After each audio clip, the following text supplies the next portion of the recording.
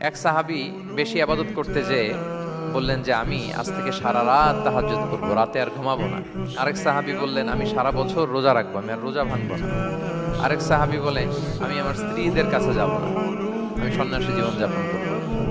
রাসূল সাল্লাল্লাহু আলাইহি ওয়াসাল্লাম শুনে অপছন্দ করলেন, বললেন তোমরা নাকি এমন এমন বলেছো, আমি তো বিশ্বনবী রাহমাতাল লিল আলামিন, আল্লাহর হাবিব, আমি তো কোনো কোনো দিন রোজা রাখি, আবার কোনো কোনো দিন রাখি না। সোম বৃহস্পতিবারে রাখি, অন্যান্য দিন তো রাখি না। আবার রাতে আমি ঘুমাই, আবার তাহাজ্জুদও পড়ি, আবার আমি স্ত্রীদের সাথেও মেলামেশা করি। তো আমার এই ব্যালেন্স লাইফ লিড করেও তো আমি আল্লাহর শ্রেষ্ঠ হতে আমার কোনো সমস্যা হয়নি, তোমাদের কি সমস্যা হলো? সুবহানাল্লাহ। দেখেন, ইসলাম খুব ব্যালেন্সড অ্যাপ্রোচে বিশ্বাস করে, ভারসাম্যপূর্ণ জীবন বিধান। তার মানে রাসূল সাল্লাল্লাহু আলাইহি ওয়াসাল্লাম যেটা শিখিয়েছেন ওইটাই স্ট্যান্ডার্ড। আপনি কি রাসূল সাল্লাল্লাহু আলাইহি ওয়াসাল্লামের চেয়ে বেশি মুত্তাকি হতে পারবেন? বুঝে থাকলে আওয়াজ করে বলুন, আল্লাহ রাসূলের চেয়ে বেশি বুজুর্গ হওয়া সম্ভব? মুত্তাকি হওয়া সম্ভব? আল্লাহওয়ালা হওয়া সম্ভব?